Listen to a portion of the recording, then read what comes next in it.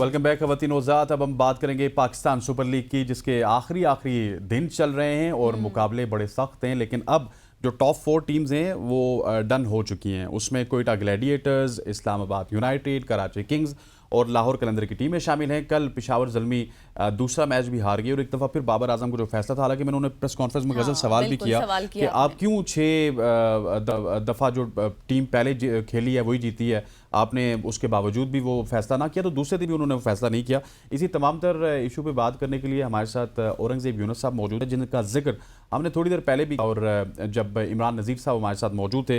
औरंगजेब, क्या वजह है पेशावर ज़ल्मी की टीम इतनी ख़राब परफॉर्मेंस, और फिर कोई टीम कॉम्बिनेशन भी नज़र नहीं आ रहा था। लग ही रहा था कि बस बाबर आजम, साइम अयूब और हारिस के गिर्द उनकी टीम घूम रही है। बॉलिंग उतनी अच्छी नहीं थी। टॉप क्लास के स्पिनर सुफियान मुकीम, मेहरान मुमताज़, आरिफ याकूब वहाँ पे मौजूद हैं, उनको मौका नहीं मिल रहा था। पेशावर ज़ल्मी करना क्या चाहती थी?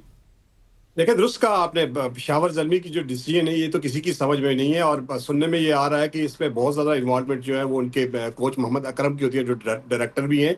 तो दुरुस्त कहा आपने। परसों का मैच आपने देखा होगा कि उनके 2 फास्ट बॉलरों को 120 से ज़्यादा रन पड़े 8 ओवर में, और एक आसिफ यकूब भी ऐसे थे जो थोड़े से इकोनॉमिकल रहे थे और उनको ड्रॉप कर दिया। लग तो ये रहा था कि शायद सुफियान मुकीम या मेहरान मुमताज़ को आज खिलाएंगे, क्योंकि जिस तरह से फास्ट बॉलिंग की पिटाई हो रही थी, तो आसिफ याकूब को भी उन्होंने प्लेइंग 11 से ड्रॉप कर दिया। तो ये तो किसी की समझ में भी नहीं आता कि वो किस तरह की क्रिकेट खेल रहे हैं। फिर टीकेसी को आपने बुलाया, गो के वो परफॉर्म नहीं कर रहे थे, लेकिन इतना बड़ा मैच, 13 ओवर का मैच है, आपको पता है कि 13 ओवर के मैच में अगर टारगेट 150 के करीब, को ज्यादा टारगेट नहीं था। मगर वही बात है, साइम अयूब और हारिस जब आउट हुए तो उसके बाद ये लग भी रहा था, बेशक बाबर आजम क्रीज पर भी रहते, तो बाबर आजम इस तरह के बैटर नहीं है कि वो 10-12 रन की जो एवरेज है वो उसको चेज कर सके। तो मुझे लगता है कि फैसले जो है, बेशक उन्होंने जो टीम चुनी थी वो भी अच्छी नहीं थी, जो सिलेक्शन थी 15 की वो भी अच्छी नहीं थी, लेकिन जो 11 मैदान में उतरते हैं वो भी हमने देखा कि उसमें भी अप्स और डाउन्स रहे हैं। जिस तरह आपने बात की सुफियान मुकीम की, जिस तरह आपकी मेहरान मुमताज की, आपको पिछली दफा याद होगा कि पहले 5 मैच मेहरान मुमताज जो है वो बेंच पे बैठे थे, और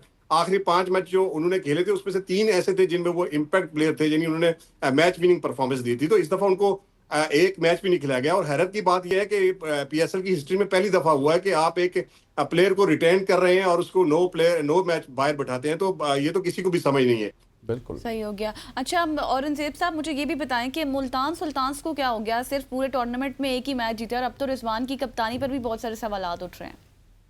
रिजवान की कप्तानी पे सवालात नहीं, मेरे ख्याल में रिजवान की कप्तानी खत्म ही हो गई है, क्योंकि उनके भी जो डिसीजन है उनकी किसी को समझ नहीं आती। वो तैयब ताहिर पाकिस्तानी टीम का रेगुलर हिस्सा है, अब वो बेंच पे बैठे, उनको सिर्फ 2 मैचेस में मौका दिया गया। डेविड विली आपके वाइस कैप्टन है, उनको कुछ मैचेस में ड्रॉप कर दिया गया। तो जब आपका एक रेगुलर मेंबर जो पाकिस्तान की टीम में खेलता है, अगर उसकी आपकी फ्रेंचाइज क्रिकेट में जगह नहीं बनती, आपके नायक कप्तान की जगह नहीं बनती, तो फिर ये तो डिसीजन करने से पहले आपको सोचना चाहिए ना आप किन प्लेयर को खिला रहे हैं। तो मेरे ख्याल में उनका भी जो मसला था वो कॉम्बिनेशन का था। जो ओवरसीज प्लेयर्स उनकी पिक थी वो ज्यादा अच्छी नहीं थी, और फिर रिजवान खुद तो अच्छी बैटिंग कर गए, मगर कप्तानी में जो उनके डिसीजन थे, जो उनकी फील्ड थी, गो के अली तरीन ने कहा था ये टूर्नामेंट शुरू होने से पहले कि इस दफा मुल्तान जो है एक बहुत उमदा फील्डिंग यूनिट बनेगा, बाकी कुछ हो ना हो, लेकिन उनकी फील्डिंग भी बहुत ही गैर मेयारी थी। तो कुल मिला के जो है, ना तो वो अच्छी बॉलिंग कर सके, ना अच्छी बैटिंग कर सके, ना रिजवान अच्छी कप्तानी कर सके, तो हर डिपार्टमेंट में वो फेल हुए।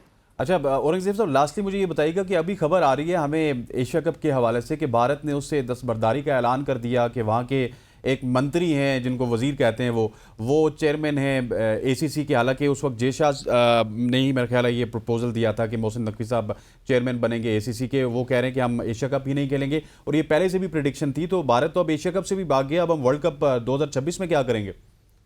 देखिए, ये लग रहा था जो सिचुएशन है, जो हालात मुल्क के चल रहे हैं ना, तो भारत तो बहुत अच्छे हालात में, जब 2023 का एशिया कप था, वो आपको याद होगी, वो भारत ने पाकिस्तान आने से खेलने से इनकार कर दिया था, और उस वक्त भी जय शाह ने ही ज्यादा मुदाखलत की थी। तो ये तो चूंकि आपको पता है कि एसीसी का सदर जो होता है वो बांग्लादेश, वो तो अपने अपने टर्नओवर पे आ जाते हैं, तो ये उनको पहले नहीं दिखाई दे रहा था कि ये वजीर भी हैं और फिर चेयरमैन भी हैं पाकिस्तान क्रिकेट बोर्ड के, और फिर एसीसी के सदर भी हैं। तो मेरे ख्याल में ये भारत बहाने ढूंढ रहा है, जो पहले भी उन्होंने इसी तरह किया था पाकिस्तान के साथ, असल में वो खेलना ही नहीं चाहता।